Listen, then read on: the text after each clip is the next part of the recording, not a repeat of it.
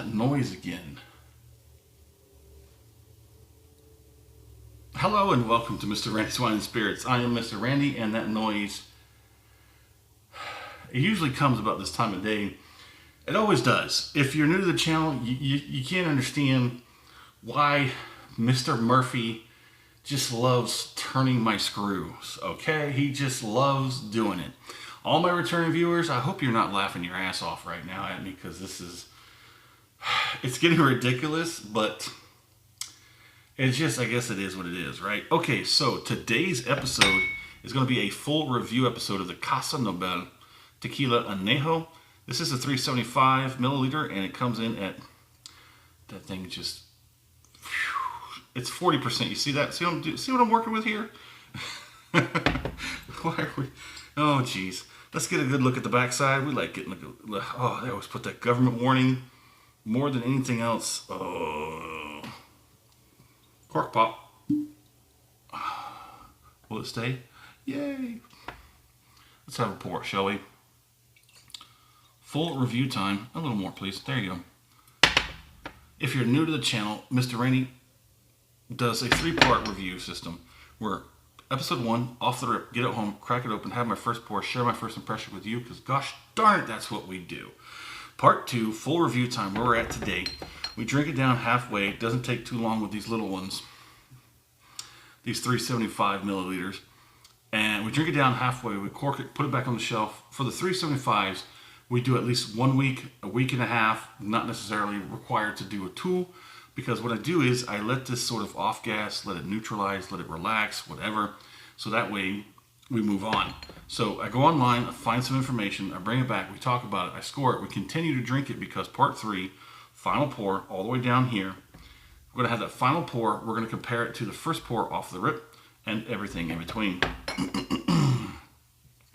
Since this is a tequila, we usually don't do this, but whatever. Break out Mr. Randy's handy dandy whiskey color scale, and off the camera, we're going to, I know it kind of,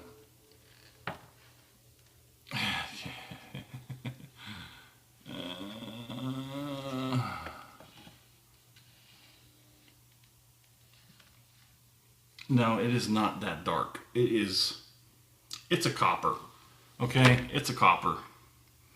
They even say so on the website, so I'm vindicated. It's a copper. So, Mr. Randy, oh, and the tablet just glitched. No, it's not. We're not doing that one. We're not doing the Glenfiddich. Casa, Anejo Tequila. And this is the one I was talking about. This is the one I had a hard time drinking because, well, I didn't have a hard time drinking it. I had a hard time enjoying it. Here's the reason why. It is aged 2 years, and they seriously love the fact that they gave it a full 24 months in the barrel. But here's the problem for Mr. Randy. It's what the barrel wood is made of. It's what the barrel is made of. It's made of French oak. That's why I don't like it. It's because it's French oak. There are so many libations, there's whiskeys out there that I just can't enjoy because of the French oak. I don't know. I don't know what it is. It's that French oak just tastes awful to me. It really eschews everything, and all I can focus on is that French oak quality. It just, not my bag, baby. So, yeah, there's a little bit of information from Casa. They use their blue agave. They use 100% blue agave. And here's another thing they like to pride themselves on, is that the blue agave has been in the ground for 12 years. They regulate all the water usage and everything like that. They really, really, really take a lot of, TLC in making this stuff. And they very much pride themselves on that. They also state that they leave it in the oven. It's oven roasted for 38 hours. 38 hours. See, they have a lot of information about how this is made and what they use and blah, blah, blah, blah. But it's that French oak. It's that French oak that absolutely kills it for me. Here's another thing that kills it for me. I paid almost exactly. It was like $26 and like 93 cents, whatever it was. So it was just a dime under $27 out the door. It's a 40% ABV. On the nose, it has a sort of an odd, off-putting caramel character on it. It might be that, because they say that using the French oak makes it a little more prestigious or whatever. Some people prefer the French oak. It's all good for you, I guess. I guess it'll be more on the shelf for you. Let's go ahead and get it on the palate and to get that acclimation out of the way.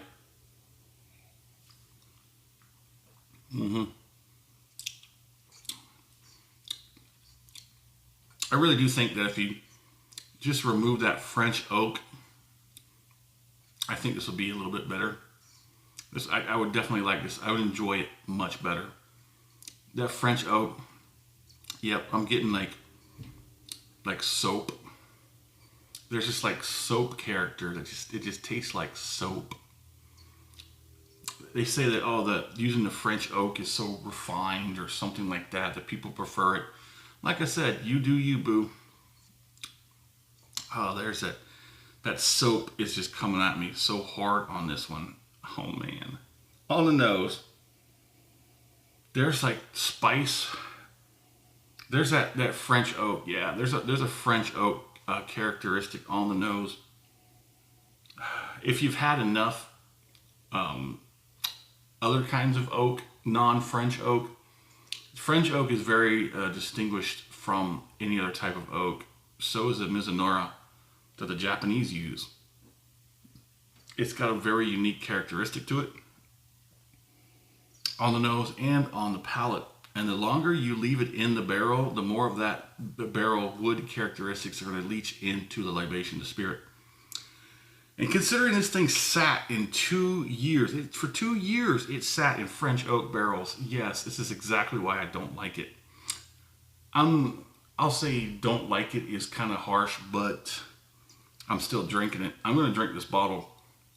We're going to do the whole process. We're going to do our due diligence, because that's what we do here. Transparency and due diligence. That's two of the characters Mr. Randy provides for all of you. So let's get one more on the palate and we'll talk about it.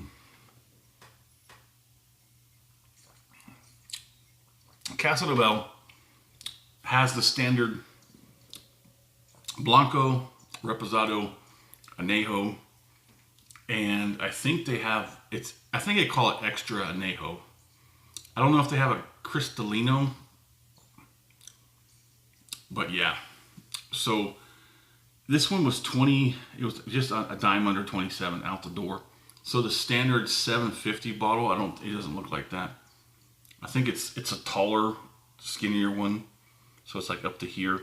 It's a little thinner. This is a short little stout guy.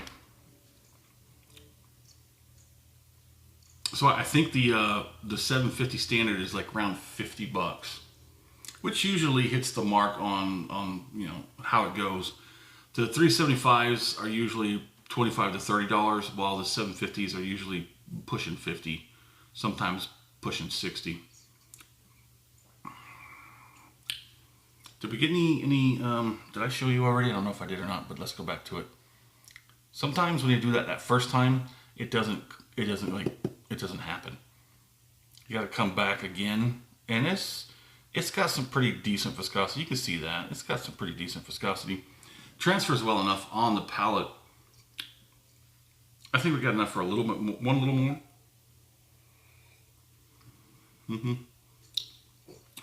Yeah, I can pick out the agave, that roasted agave. It's very nice. The caramel vanilla is mid to low, but it's that French oak that really destroys any chance of likability here. It kind of leaves a sort of dry. I mean, I'd rather suck on cardboard,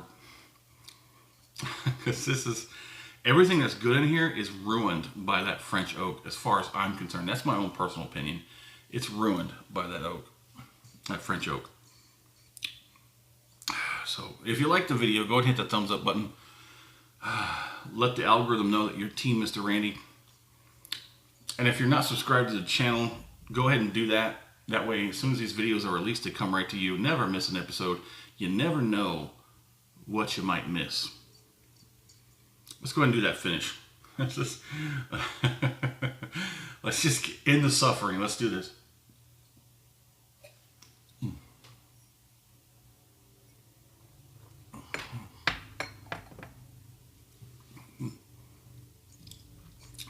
I still have one. I have one more tequila on the shelf to finish. At this point in time, as you watch this video, I have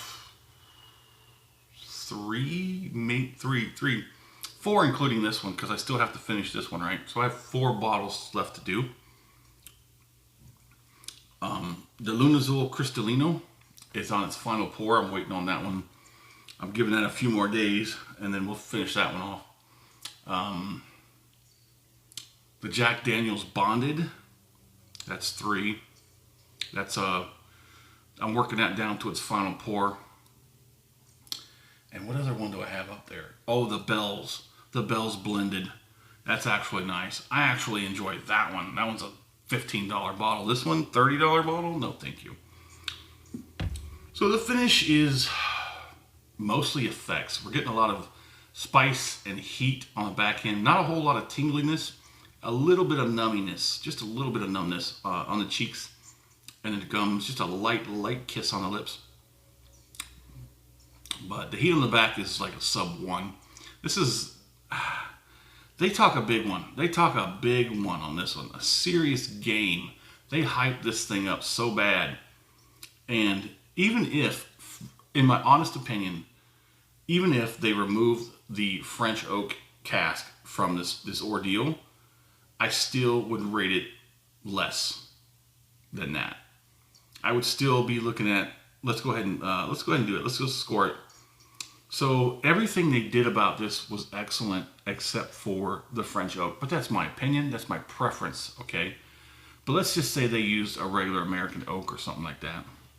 I think it would be still pretty good, but still kind of overrated. They went through a lot of trouble to make something that wasn't that special, in my opinion, again.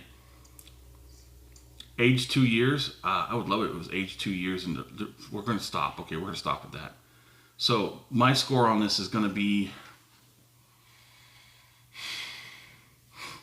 Oh man, a weak 3 out of 5. I'm having a hard time enjoying this. Weak 3 out of 5. My fair price, I would definitely love to see this at 20 or less. I would feel a lot better about this experience, paying for it, if it was 20 or less. Would I buy this again? I think you already know. No, I would not buy this again. I'm gonna have to wash my mouth out for a little bit, because that French oak is just, that bothers me so bad. And every time I see a bottle that says it's finished in French oak casks, it's immediate no.